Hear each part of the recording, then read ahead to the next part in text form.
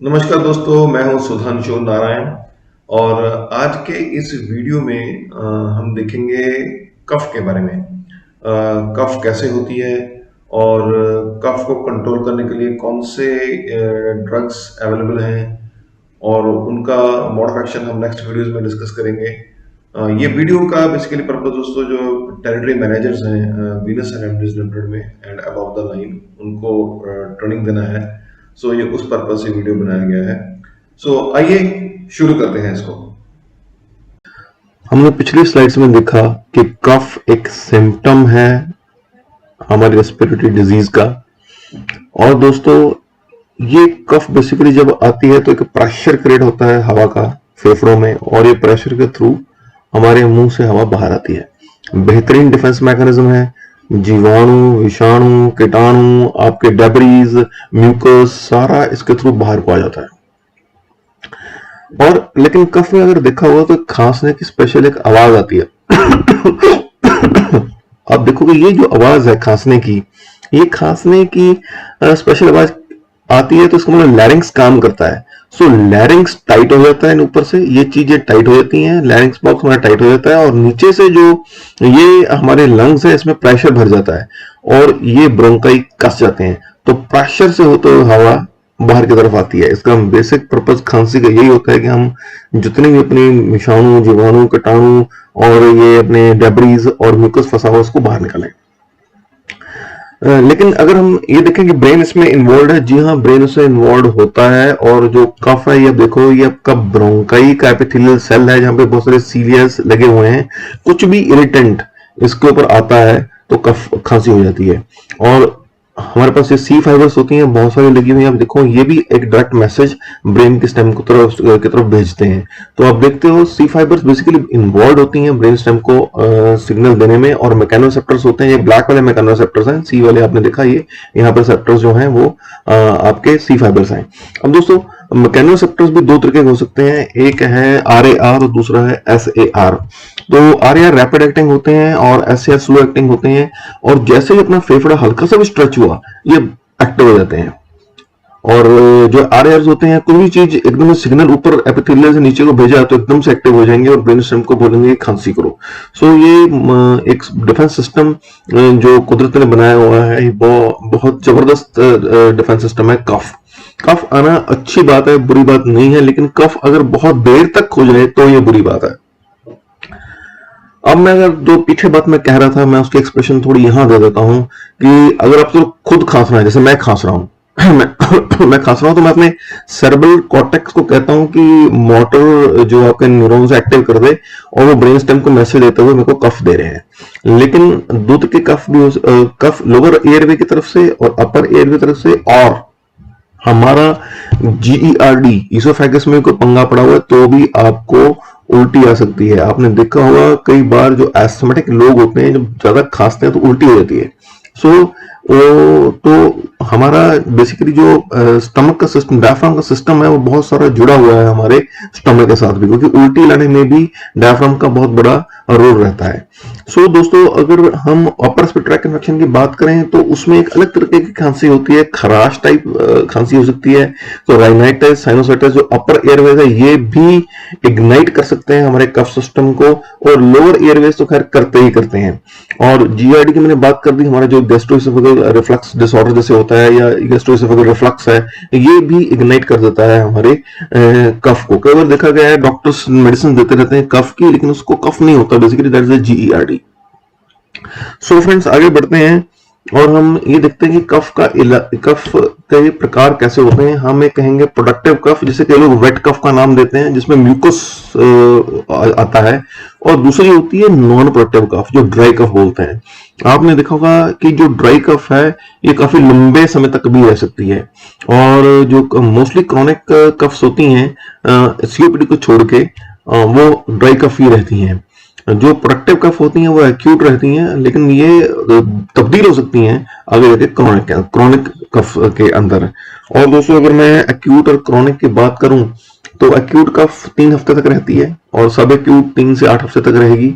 लेकिन जो क्रॉनिक कफ है वह 8 हफ्ते से अगर ज्यादा हो गई है तो उसे हम क्रॉनिक कफ का नाम देंगे। और वो बहुत यानी कि अगर आपको 8 किसी को 8 हफ्ते से ज्यादा अगर कफ आ रही है तो वो डॉक्टर फिर बहुत सारे टेस्ट्स दिखाएगा। ट्यूबरकुलोसिस का हो सकता है, अस्थमा के बहुत सारे इन्फ्लेमेटरी टेस्ट्स हो सकते हैं, और बहुत तरीके के फिर डायग्नोसिस आगे उसके बढ़ेंगे ताकि उसको पता लगे कि खांसी क्यों आ रही है।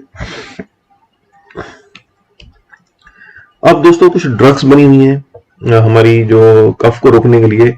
बेसिकली ड्राई कफ अगर रोकनी है तो हमें सिर्फ एंटी टसिव और जो ब्रेन के अंदर सेंटर है उसको सप्रेस कर देंगे तो हमारा रोल, या एंटी एलर्जिक्स दे देंगे तो हमारा काम चल सकता है।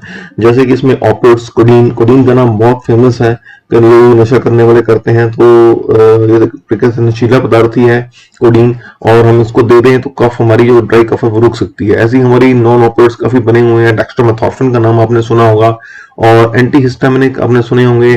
क्लोरफेनेरामीन जो प्रोडक्ट है ये आपका एक एंटी हिस्टामिन है जो कि ऐसे तत्वों को बनने नहीं देता जिससे कि खांसी होती है। और दूसरा है कई प्रकार के कफ सप्रेसेंट्स आते हैं। चेरी कफ बड़ा फेमस था। टिमनिक एक प्रोडक्ट है जो कि बड़ा फेमस है इस तरीके की एलर्जिक कफ को रोकने के लिए। लेकिन दोस्तों जो हमारी वेट कफ है उसको, या एक और मैं बता दूं, एक बहुत अच्छे आप कह सकते हो एंटी टसिव्स वो मेंथोल की गोलियां भी हैं। आप अगर ये हॉल्स वगैरह ले लो तो इससे भी वो सूदनेस आती है, और मेंथोल एक बहुत अच्छा एक कफ सप्रेसेंट है अपने आप में। और एंटी टसिव भी है, बोलते हैं एंटी टसिव्स। दोस्तों अगर हम मैं देखूं तो ये ऊपर जो वाले एक्सपेक्टोरेंट्स हैं जिसमें हमारा एक म्यूकोमेंट एक्सपी ऑलरेडी अवेलेबल है और म्यूकोमेंट एलएस हम अभी लेके आए हैं प्रोडक्ट। तो ये जो हमारा एक्सपेक्टोरेंट में अगर हम देखें तो गुआफेंसिन एक सीक्रेशन एनहेंसर है, क्योंकि हमारे प्रोडक्ट में ही आता है तो मैं सॉल्ट की ज्यादा बात करूंगा। बाकी वे सॉल्ट हैं। पोटेशियम आयोडाइड पहले बहुत अच्छा एक सीक्रेशन एनहेंसर माना जाता था, परंतु ये थायराइड को डिस्टर्ब करता था, सो बंद कर दिया गया। और मैं अगर बात करूं म्यूकोलाइटिक्स की तो ब्रोमेहेक्सिन, एम्ब्रोक्सिल, एस्टासिस्टिन, कार्बोसिस्टिन, ये बहुत सारे प्रोडक्ट्स हैं। एस्टासिस्टिन ऑलरेडी आप म्यूकोमेट ए में बेच रहे हो एम्ब्रोक्सिल के साथ, ब्रोमेहेक्सिन आप ऑलरेडी बेच रहे हो म्यूकोमेट एक्सपी में। सो ये बहुत सारी ड्रग्स कफ की आती हैं। आगे हम इनका रोल समझेंगे इन सभी का, और जो हमारे प्रोडक्ट्स में बेसिकली मॉलिक्यूल पड़े हुए हैं उनका रोल भी हम आगे समझने की कोशिश करेंगे। बात कर रहे थे कफ मेडिसिन की, तो अब सबसे जो एक्सपेक्टोरेंट्स की, मैंने तो ड्राई कफ के लिए बोल दिया था कि ड्राई कफ के लिए जैसे डेक्स्ट्रोमेथॉर्फिन, क्लोरफेनेरामीन जैसी मेडिसिन अवेलेबल हैं। लेकिन अब हम आते हैं एक्सपेक्टोरेंट्स की तरफ, और जो वेट कफ या कैसे प्रोडक्टिव कफ के लिए जो मेडिसिन की बात कर रहे थे हम लोग, उसमें है बेहतरीन म्यूकोलाइटिक्स। और म्यूकोलाइटिक्स में अगर हम देखें दोस्तों, ब्रोमेहेक्सिन, एम्ब्रोक्सिल, एस्टासिस्टिन, ये एक बेहतरीन मॉलिक्यूल्स म्यूकोलाइटिक्स में हैं। और अगर मैं कहूँ सीक्रेशन एनहेंसर्स, यानी कि जो सीक्रेशन है आपका म्यूकस है उसको वॉल्यूम को इंक्रीज करना या उनकी सीक्रेशन को एनहेंस करना में गुआफेंसिन एक बहुत अच्छा मॉलिक्यूल माना जाता है। हालांकि गुआफेंसिन काफी पुराना मॉलिक्यूल है, इसको कम से कम 50-60 साल हुए होंगे अगर मैं गलत नहीं तो इस मॉलिक्यूल को, और सक्सेसफुली डॉक्टर इसको यूज कर रहे हैं गुआफेंसिन को। और जहां तक बात करूं मैं एम्ब्रोक्सिल और ब्रोमेहेक्सिन की, याद रखना दोस्तों, एम्ब्रोक्सिल इज मेटाबोलाइट ऑफ ब्रोमेहेक्सिन, यानी कि आप अगर ब्रोमेहेक्सिन खा लो तो एम्ब्रोक्सिल ही बन जाएगा। सो एम्ब्रोक्सिल एक सिंथेटिक वर्जन, सॉरी एक मेटाबोलाइट है इसका ब्रोमेहेक्सिन का। और जहां तक डिफरेंस की बात करें एम्ब्रोक्सिल और ब्रोमेहेक्सिन के एक्शन की, तो ज्यादा फर्क बिल्कुल नहीं है। और हाँ, हल्का फुल्का साइड इफेक्ट्स में हो सकता है क्योंकि ये मेटाबोलाइट है, तो जहां तक जब मेटाबोलाइट बनते हैं तब तक का वो साइड इफेक्ट शायद कवर कर ले, बट हार्डली देखा गया है कि इसमें कोई काफी अंतर इनके मोड ऑफ एक्शन में आए ब्रोमेहेक्सिन और एम्ब्रोक्सिल के। दोस्तों हम आगे चलते हैं और देखते हैं कि हम एम्ब्रोक्सिल की मैं बात कर रहा था, तो एम्ब्रोक्सिल में बहुत अच्छी प्रॉपर्टीज हैं। एम्ब्रोक्सिल जो है वो act as directly on ciliated epithelial cells to alter the rheological properties of mucus, thereby improving airway secretion and increasing the mucus clearance। Rheological properties में मैं बता दूं कि रियोलॉजिकल प्रॉपर्टी मींस उसकी विस्कोसिटी, स्ट्रक्चर, और उसको कह सकते हैं कि उसका वो थिकनेस ना बढ़े, वो चिपकना ना बढ़े। ये ऐसी प्रॉपर्टीज के साथ सीलिएटेड एपिथेलियल स्पेस पे ये एक्ट करता है। और दूसरा मैं बात कहूं तो एम्ब्रोक्सल स्टिमुलेट सर्फेक्टेंट प्रोडक्शन। अब मैंने सर्फेक्टेंट की बात कही थी और आपको कहा था मैंने कि मैं इसकी बात करूंगा। आपको याद होगा पिछली जब मैं एल्वुलर की बात कर रहा था तो मैंने कहा था कि एल्वुलस के एल्वुलर टाइप 2 सेल्स सर्फेक्टेंट छोड़ते हैं। सो ये सर्फेक्टेंट को एम्ब्रोक्सल स्टिमुलेट करता है और इसके पॉजिटिव इफेक्ट्स और इसके treatment of disease related surfactant deficiency को ये दूर कर देता है। सो एक तरीके से बेसिकली इसका मोड ऑफ एक्शन जो है वो एक एनहेंसर टाइप आ जाता है सर्फेक्टेंट का। दोस्तों एम्ब्रोक्सल की हल्की फुल्की विशेषता में ये भी पाया गया है कि सेलुलर एंटीऑक्सीडेंट एक्टिविटी भी है और ये सेलुलर स्ट्रक्चर्स को बचाता है। बेसिकली जो एम्ब्रोक्सल की स्ट्रक्चर ऐसी है कि ये एंटीऑक्सीडेंट्स को एब्जॉर्ब कर लेता है। इसका मतलब ये एक तरीके से एंटीऑक्सीडेंट का हल्का फुल्का काम करता है। आपने जाना होगा N-acetylcysteine हमारा एक बेहतरीन एंटीऑक्सीडेंट है। सो ऑल्सो जो एम्ब्रोक्सल प्रो इन्फ्लेमेटरी मीडिएटर्स हैं वो उनको भी इनहिबिट कर देता है। सो इससे जो इन्फ्लेमेशन है फेफड़ों के अंदर वो खत्म होती है और जो इन्फेक्शियस एजेंट्स हैं उन जैसे बैक्टीरिया से उनकी जो कोलोनाइजेशन बनती है उनकी मल्टीप्लिकेशन होती है उसको भी ये एडहर कर सकता है। बहुत सारे रेफरेंसेस इसकी तरफ पॉजिटिविटी बढ़ाते हैं कि ये फार्माकोलॉजिकल एक्टिविटी एंटीबायोटिक्स को बढ़ाता है। सो ये एम्ब्रोक्सल की खासियत है इसलिए एक बड़ा कामयाब मॉलिक्यूल ये माना जाता है। सो ऑल्सो एम्ब्रोक्सल में आजकल एक बहुत स्टडी चली हुई है कि इसका एनेस्थेटिक इफेक्ट्स, तो ये एक एनेस्थेटिक इफेक्ट्स भी जो पेन या इन्फ्लेमेटरी पेन फेफड़ों में है उसको दूर कर सकता है। तो एम्ब्रोक्सल ऑलरेडी आप म्यूकोमेल्ट ए में बेच रहे हो और इसके अच्छे इफेक्ट्स जो है वो होते हैं और हमारे नए प्रोडक्ट में भी हमने एम्ब्रोक्सल को डाला हुआ है। हम बाद में दिखाएंगे जब सॉल्ट मॉलिक्यूलर कॉम्बिनेशन उसमें ये है। आगे बात करूंगा गुआफेंसिन की। दोस्तों गुआफेंसिन जो है वो बेसिकली एक वॉल्यूम एनहेंसर है। आप देखिए अगर कोई म्यूकस टेनेशियस है या बहुत ज्यादा सूखा हुआ म्यूकस है या एक तरह से फंसा हुआ म्यूकस है उसके वॉल्यूम को बढ़ा देगा।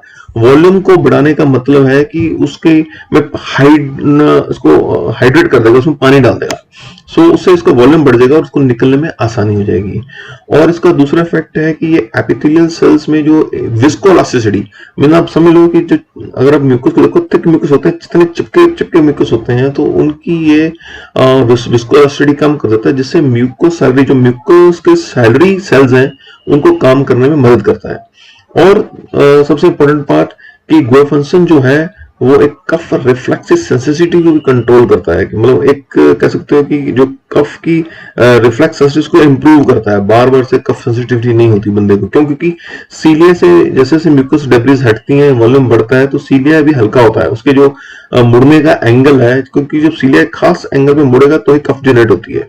सो वो कफ फिर जनरेट होनी कम हो जाती है और कफ के जो कफ आनी है स्पीड से वो उस स्पीड की या उस भयंकर तरीके से कफ धीरे धीरे धीरे धीरे कम होती जाती है। Thanks for watching this video friends. अगर आपको ये वीडियो अच्छा लगा है तो आप इसको लाइक कीजिए, शेयर कीजिए और इस चैनल को सब्सक्राइब कीजिए। Thank you very much.